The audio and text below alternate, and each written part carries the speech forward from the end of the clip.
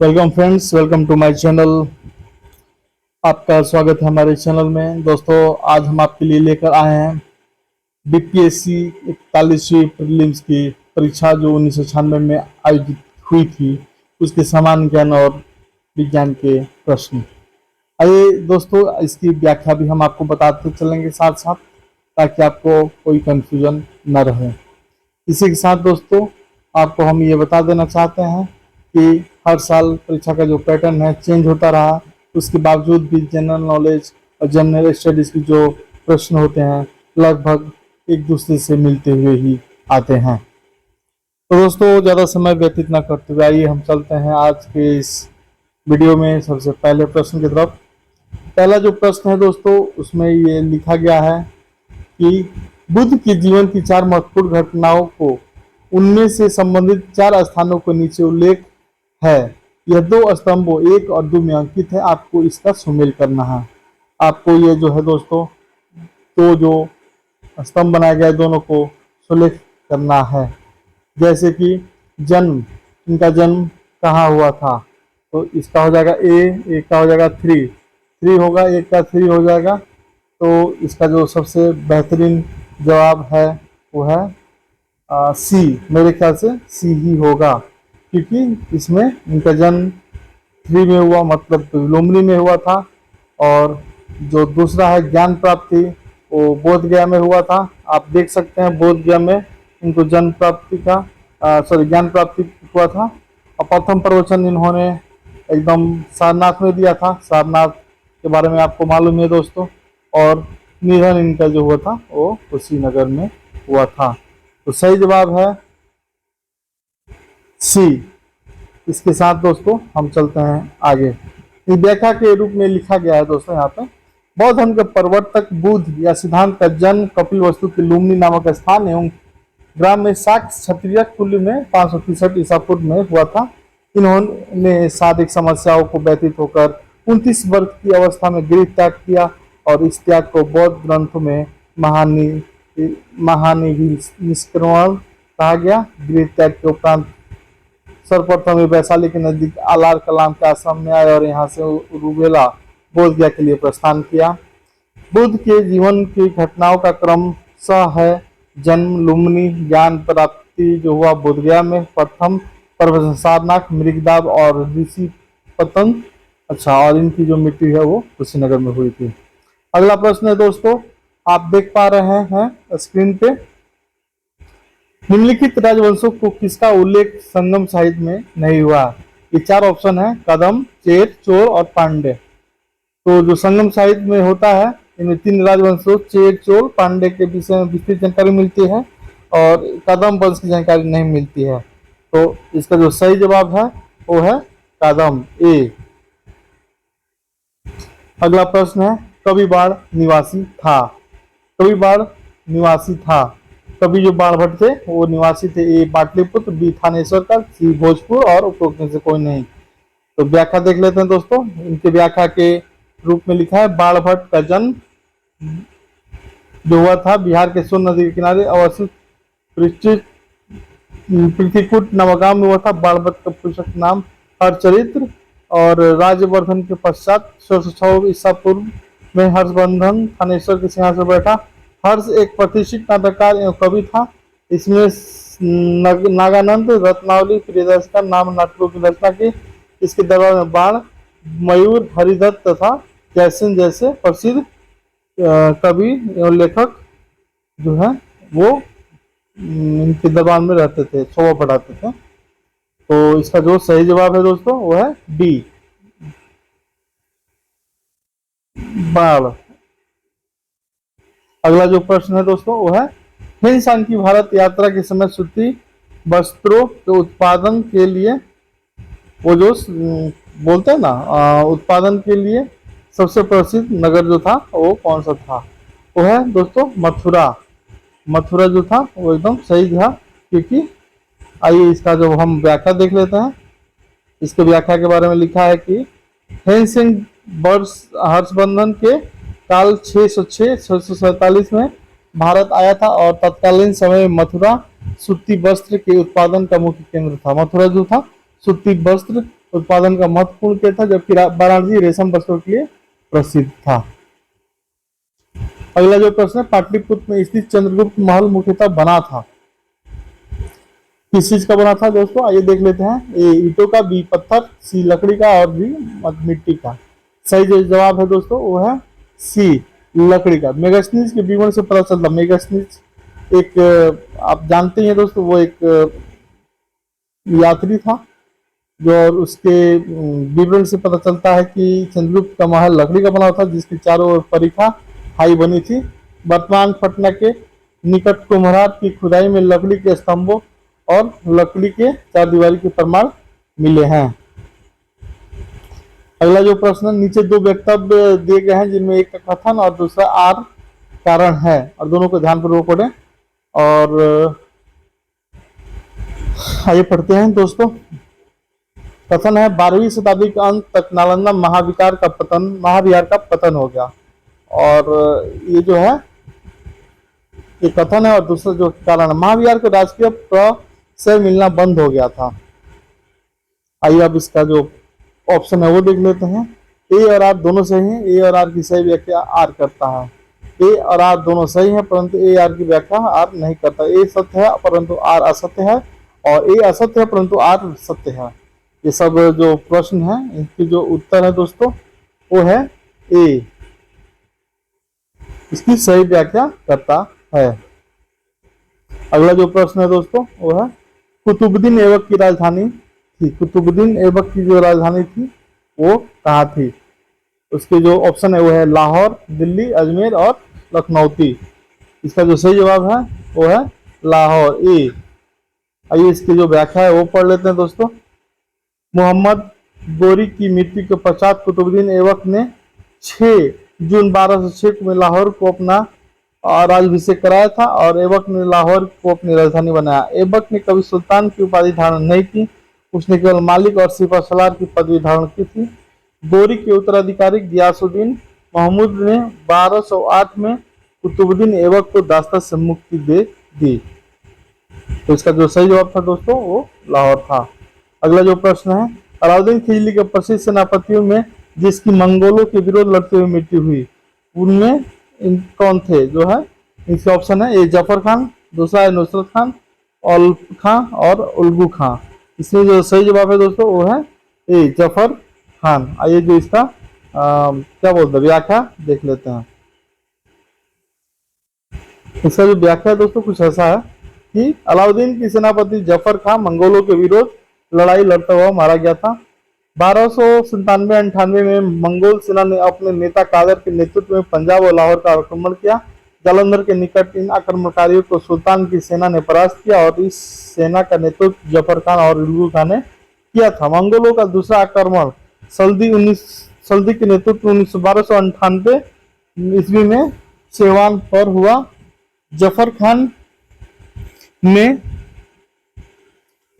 खान ने इस आक्रमण की सफलता को पूर्वक असफल कर दिया। 1299 में कुतुब ख्वाजा के नेतृत्व में मंगोल सेना ने आक्रमण कर जफर खान ने पुनः असफल कर दिया, किंतु इस युद्ध में जफर खान लड़ता हुआ मारा गया।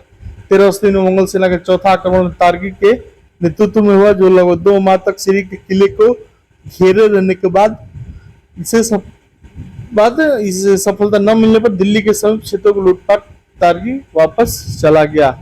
जो तार्की था दोस्तों वो लूटपाट करके आगे चला गया। आगे जो अगला जो प्रश्न है दोस्तों वो है, निम्नलिखित में से एक इतिहासकार ने शाहजहां के शासनकाल को मुगल काल का स्वर्ण युग कहा। इसमें जो इतिहासकार थे वो शाहजहां के जो शासनकाल थे उसको मुगल काल ने स्वर्ण युग कहा। वो जो है सही जवाब है दोस्तों इसके ए एल श्रीवास्तव, इनका सही जवाब है। और इनकी व्याख्या देख लेते हैं। डॉक्टर ए एल श्रीवास्तव ने अपनी पुस्तक मुगल कालीन भारत में लिखा है कि शाहजहां का काल भारत के मध्ययुगीन इतिहास में स्वर्ण युग के नाम से प्रसिद्ध है।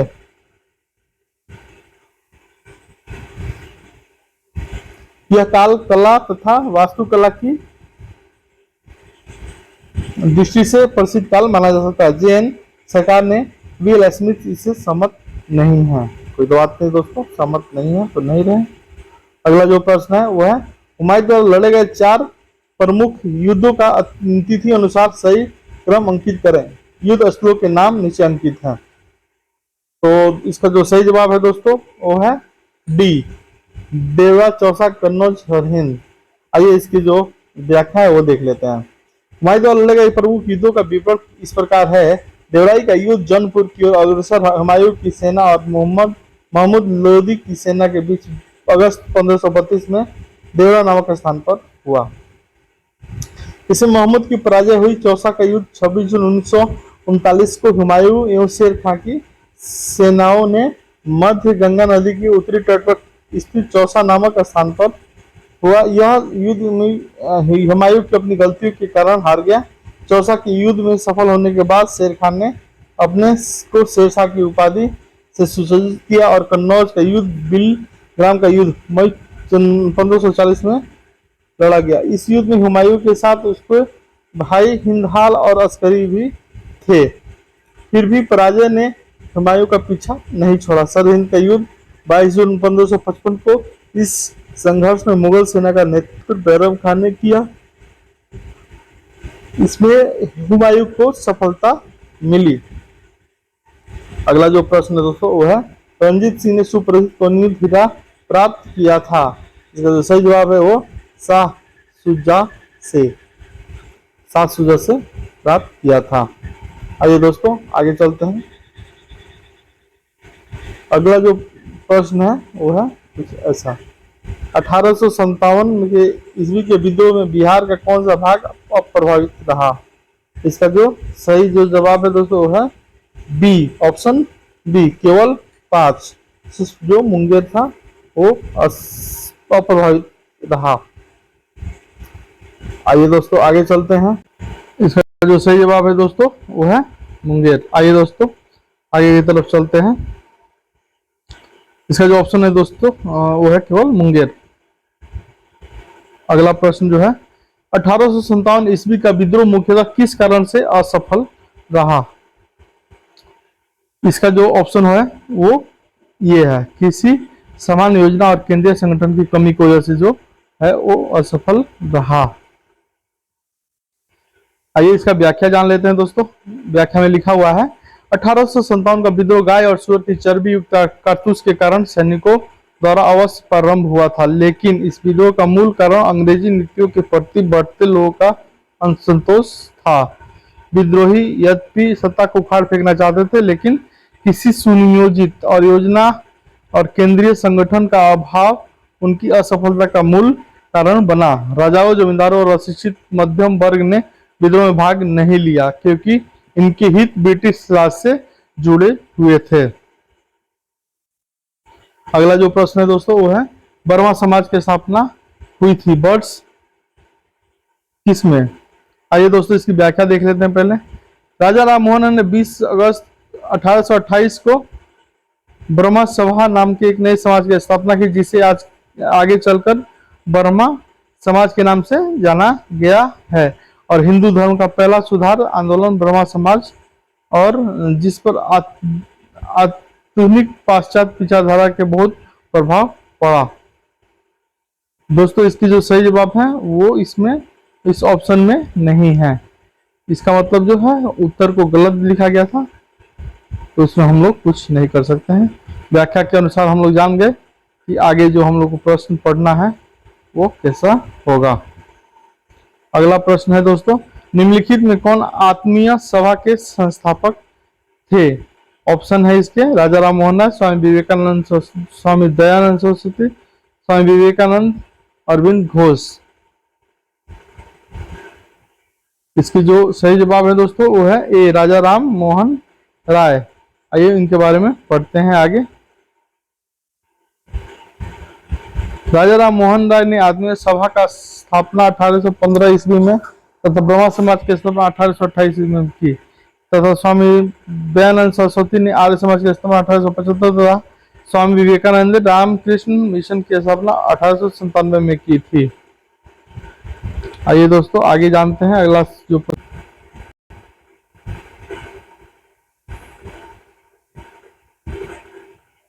स्वामी विवेकानंद ने रामकृष्ण मिशन की स्थापना किस वर्ष की थी? इसका जो उत्तर है दोस्तों वो भी सही नहीं ही दिया गया इसमें, और वास्तव में जो उत्तर है वो है स्वामी विवेकानंद ने 1897 में रामकृष्ण मिशन की स्थापना बेलूर कोलकाता में की थी। इस मिशन का उद्देश्य मानव समाज के हित के लिए रामकृष्ण परमहंस ने जिन सभी तत्वों की व्याख्या की उसका कार्य प्रचार तथा मनुष्य की शारीरिक, मानसिक और पारमार्थिक उन्नति के लिए जिस पर सब तत्वों का प्रयोग हो सके उनका विषय में सहायता करना था।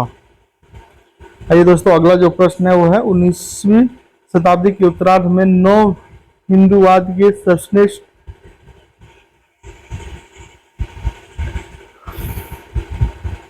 प्रतिनिधि थे।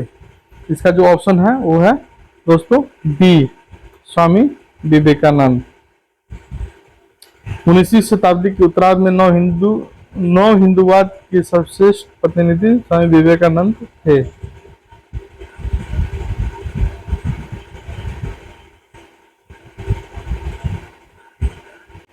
अगला जो प्रश्न है दोस्तों वो है लॉर्ड वेलेस्ली ने की सहायक संधि को स्वीकार करने वाला पहला मराठा सरदार था। इसका जो सही ऑप्शन है वो है पेशवा बाजीराव द्वितीय। 31 दिसंबर 1802 को पेशवा बाजीराव ने द्वितीय ने अंग्रेजों से वशीन की संधि की और संधि के अनुसार पेशवा बाजीराव के द्वितीय ने अंग्रेजों की संरक्षकता स्वीकार कर ली और यह संधि मराठों द्वारा अंग्रेजों के साथ की गई प्रथम सहायक संधि थी। अगला प्रश्न है दोस्तों, निम्नलिखित में किसने बंगाल में दैत शासन प्रणाली को समाप्त किया? इसका जो सही जवाब है दोस्तों वो है वारेंस हेस्टिंग्स। वारेंस हेस्टिंग्स ने किया था। जो क्लाइव द्वारा बक्सर के युद्ध के पश्चात 1765 में बंगाल में दैत शासन प्रणाली लागू किया गया, जिसे 1772 में बंगाल के गवर्नर वारेन हेस्टिंग्स ने समाप्त कर दिया। वारेन हेस्टिंग्स बंगाल के अंतिम गवर्नर थे। 1773 के रेगुलेटिंग एक्ट के तहत वारेन हेस्टिंग्स को बंगाल का प्रथम गवर्नर जनरल नियुक्त किया गया। अगला जो प्रश्न दोस्तों, निम्नलिखित में किसने ऑल इंडिया मुस्लिम लीग की स्थापना की? इसका जो सही जवाब है नवाब सलीमुल्लाह खान।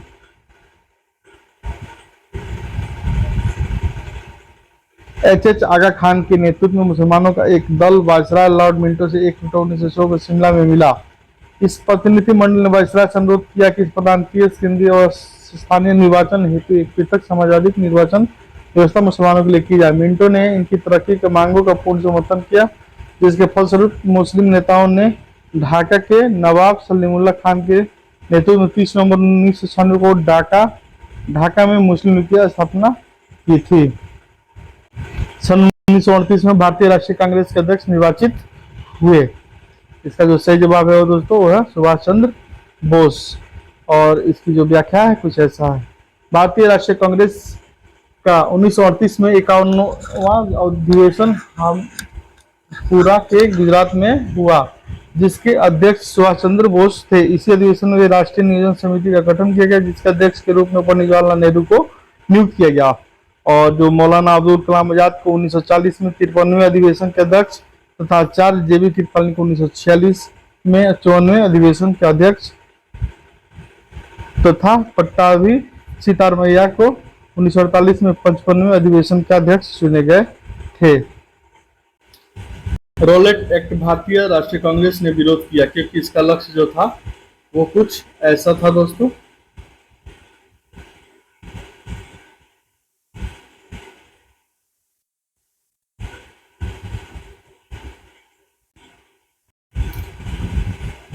व्यक्तित्व स्वतंत्रता के सीमित करना, भारतीय राष्ट्रीय कांग्रेस के प्रतिबंधित करना, सांप्रदायिक प्रतिनिधित्व को विस्तृत करना, देशद्रोह के आरोप में राष्ट्रीय नेताओं को बंदी बनाना। इसका जो सही ऑप्शन है वो व्यक्तित्व स्वतंत्रता को सीमित करना था। भारत में क्रांतिकारियों के प्रभाव को समाप्त करने के लिए अथवा राष्ट्रीय भावना को कुचलने के लिए ब्रिटिश सरकार ने वर्ष 1917 में सर सिडनी रोलेट की अध्यक्षता में एक कमेटी गठित की। कमेटी को 1918 में अपनी रिपोर्ट प्रस्तुत की। मार्च 1919 में रोलेट एक्ट लागू कर दिया गया। इसके विरोध इसकी विधेयक में की गई व्यवस्था के अनुसार मजिस्ट्रेटों के पास अधिकार था कि वह किसी भी संदेहास्पद व्यक्ति को गिरफ्तार करके उस मुकदमा चला सकता है, साथ ही उसे अनिश्चितकाल के लिए जेल भेज सकता है। इस एक्ट को बिना अपील, बिना दलील तथा बिना वकील का कानून भी कहा गया। इस काला अधिनियम आतंकवाद अपराध अधिनियम के नाम से भी जाना जाता है। अगला जो प्रश्न है दोस्तों वो है द्वितीय गोलमेज सम्मेलन किस प्रकार असफल रहा। इसके जो ऑप्शन है सांप्रदायिक प्रतिनिधित्व, डोमिनियन स्टेट प्रदान करना, सत्ता हस्तांतरण की स्थिति, सविनय अज्ञा आंदोलन। इसका जो सही जवाब है वो है सांप्रदायिक प्रतिनिधित्व करना। आगे चलते हैं।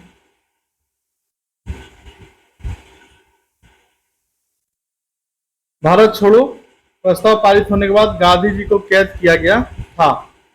गांधी जी को कैद जो किया गया था कौन सी जेल में किया गया था। इसके जो ऑप्शन है दोस्तों वो है डी, आगा खां पैलेस में इनको गिरफ्तार करके रखा गया था।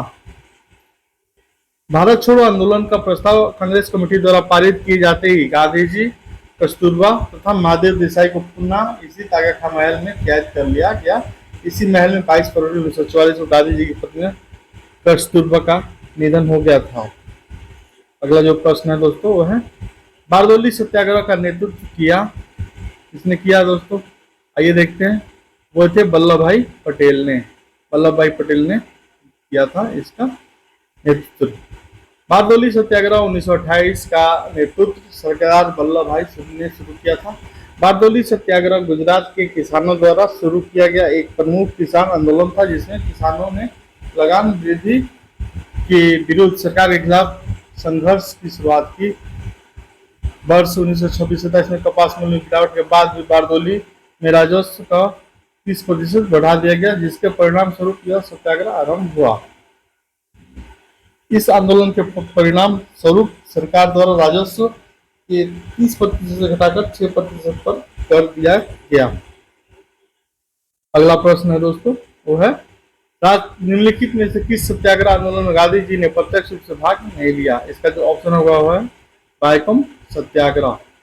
ये जो चलाया गया था बायकम सत्याग्रह 1924-25 में सामाजिक अस्पृश्यता की कुप्रथा के त्रावणकोर में शुरू किया गया, जिसका उद्देश्य हिंसावादी तरीके से सामाजिक अस्पृश्यता को कुप्रथा से मुक्त होना था, क्योंकि त्रावणकोर में दलितों के मंदिर प्रवेश और सार्वजनिक सड़कों के प्रयोग की पाबंदी थी और इसी आंदोलन में गांधी जी ने प्रत्यक्ष रूप से भाग नहीं लिया था।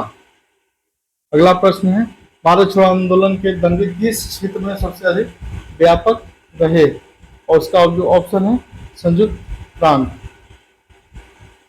सॉरी दोस्तों, इसके जो है 1 और 4 बिहार और संयुक्त प्रांत। भारत छोड़ो आंदोलन 1942 के समय संयुक्त प्रांत और बिहार में उग्र उठा। बलिया में चित्तू पांडे के नेतृत्व में स्वतंत्र सरकार का गठन किया गया था।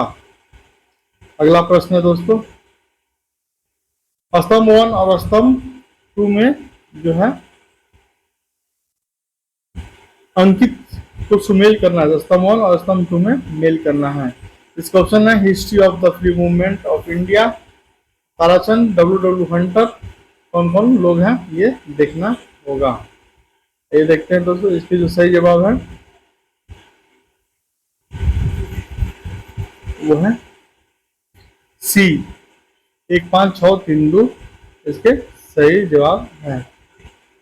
अगला प्रश्न है दोस्तों 1923-28 ईस्वी के काल में भारतीय राजनीति में क्रांतिकारी कार्यविधि की पुनरावृत्ति का कारण था।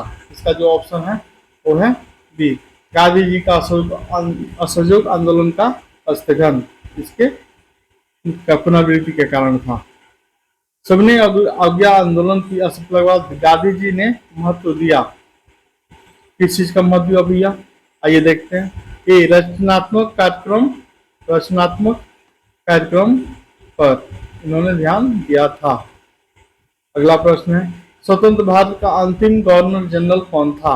इसके सही जवाब है दोस्तों बी, सी गोपालचारी। आइए इसकी व्याख्या पढ़ते हैं। स्वतंत्र भारत के प्रथम गवर्नर जनरल लॉर्ड माउंटबेटन थे। स्वतंत्र भारत के प्रथम भारतीय और अंतिम गवर्नर जनरल सी राजगोपालचारी थे। अगला प्रश्न है दोस्तों, जयप्रकाश नारायण को राष्ट्रीय स्तर के नेता की पहचान किस संदर्भ में मिली?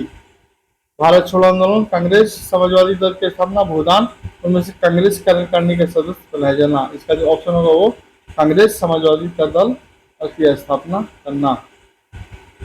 अगला प्रश्न लो, नोआखली काल में महात्मा गांधी के सचिव कौन थे? इसके जो ऑप्शन है वो है सी प्यारे लाल। प्यारे लाल इनके सचिव थे, हमारे महात्मा गांधी जी की, जिसे हम कुछ बापू भी कहते हैं। नोआखली में बंगाल में सांप्रदायिक दंगों के समय महात्मा गांधी के सचिव प्यारेलाल थे। उन्होंने दांडी मार्च में भी महत्वपूर्ण भूमिका निभाई थी। अगला जो प्रश्न है, करो एवं मरो का नारा जो है वो किससे संबंधित था? इसका जो ऑप्शन है वो हमारे महात्मा गांधी थे। 8 अगस्त 1942 को गांधी जी ने ऐतिहासिक अंग्रेजों के भारत छोड़ो प्रस्ताव का कांग्रेस से पास करवाया, जिसमें उन्होंने करो या मरो का नारा दिया। तत्कालीन भारतीय राजनीति में 1919 से 1948 तक इस समय को गांधीवादी युद्ध के रूप में भी जाना जाता है। अगला प्रश्न है, गदर पार्टी की स्थापना किस वर्ष हुई थी? गदर पार्टी की जो स्थापना हुई थी 1913 में, और इसके ये जो भारतीय वर्ष 1913 में भारतीयों ने सरदार मुखवंत सिंह भकना की अध्यक्षता में सैन फ्रांसिस्को में गदर पार्टी की स्थापना की थी। आइए अगला जो प्रश्न है दोस्तों वो है, होम रूल आंदोलन भारत के स्वतंत्रता संग्राम के एक नए चरण के आरंभ का द्योतक था, क्योंकि इसका जो ऑप्शन होगा वो है इसमें देश के सामने स्वशासन और एक ठोस योजना रखी थी, जिसके कारण। अगला प्रश्न, चेरापूंजी जो है अवस्थित है कहाँ पे? वो है मेघालय में। मेघालय शिलोंग की राजधानी थोड़ी दूर पे स्थित है। अगला जो प्रश्न है दोस्तों वो है, विदर्भ एक पारदर्शिक नाम है और यह गुजरात का अंग है, महाराष्ट्र का अंग है, मध्य प्रदेश का अंग है और उड़ीसा का अंग है। ये जो है दोस्तों वह महाराष्ट्र का अंग है। गंगा के मैदान की पुरानी कछारी मिट्टी कहलाती है। वो जो ऑप्शन होगा बी बांगर कहलाती है। अगला प्रश्न है दोस्तों, भारत के अतिरिक्त प्रायद्वीपीय पर्वत निर्मित हुए कहाँ पे? वो है इसका जो ऑप्शन हो जाएगा पेलियोजाइक महाकल्प में। अगला जो ऑप्शन है दोस्तों, पटना का स्थानीय समय, इसका जो ऑप्शन होगा वो है ए भारतीय मानक समय से आगे है। भारत में कौन सी फसल सर्वाधिक क्षेत्र में बोई जाती है? इसका जो ऑप्शन है दोस्तों वो है सी चावल। अगला प्रश्न है दोस्तों, भारत में सर्वाधिक पटसन उत्पादन राज्य है। इसका जो ऑप्शन हो जाएगा वो डी पश्चिम बंगाल। पश्चिम बंगाल में इसका उत्पादन काफी अच्छा होता है। अगला प्रश्न, भद्रावती इस्पात केंद्र स्थित है। इसका जो ऑप्शन है भद्रावती नदी पर। भद्रावती नदी पर ये जो है स्थित है, और भद्रावती नदी की जो आइए इसका व्याख्या भी पढ़ लेते हैं।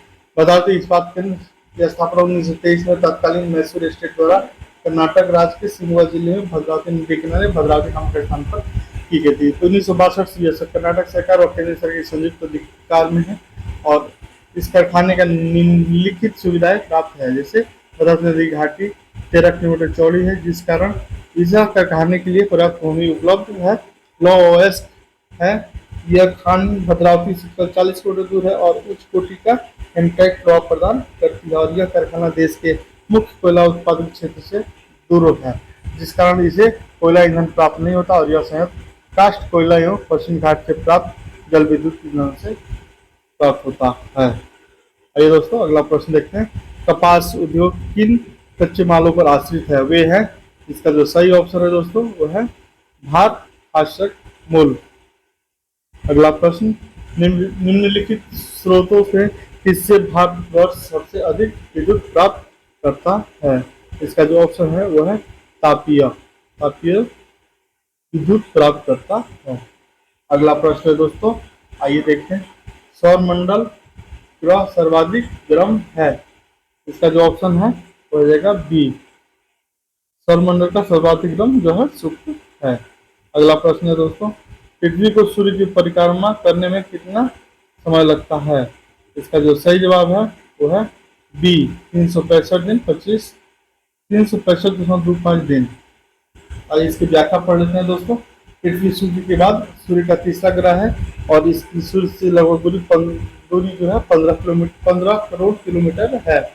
वायुमंडल से इसका द्रव्यमान लगभग 6 गुना 10 पावर 24 किलोग्राम है।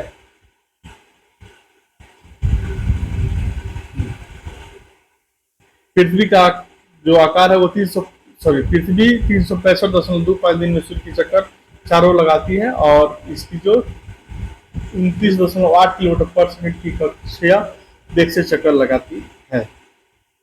अगला प्रश्न है, पृथ्वी पर बने घने वन अधिकतर मिलते हैं विषुवत रेखा पर इसके जो है ज्यादातर मिलते हैं। अगला प्रश्न है दोस्तों, जिस तारामंडल के तारे ध्रुव तारे की संकेत करते हैं वह है ए, इसका जो सही ऑप्शन है सप्तऋषि। विश्व का बृहत्तम डेल्टा निर्मित होता है, कहाँ होता है वो है, इसका जो उत्तर है वो है ए। अगला प्रश्न है दोस्तों, विश्व की सर्वाधिक पर्वत श्रृंखला है, सर्वाधिक लंबी पर्वत श्रृंखला जो है इसका जो है ऑप्शन बी, ये हो जाएगा एंडीज। अगला जो ऑप्शन है दोस्तों, क्वेश्चन है जो, आइए देखते हैं। पृथ्वी की सतह पर वो भाग जो पानी से ढका है लगभग कितना है? 1/4। इसका सही उत्तर है जो है 2/3।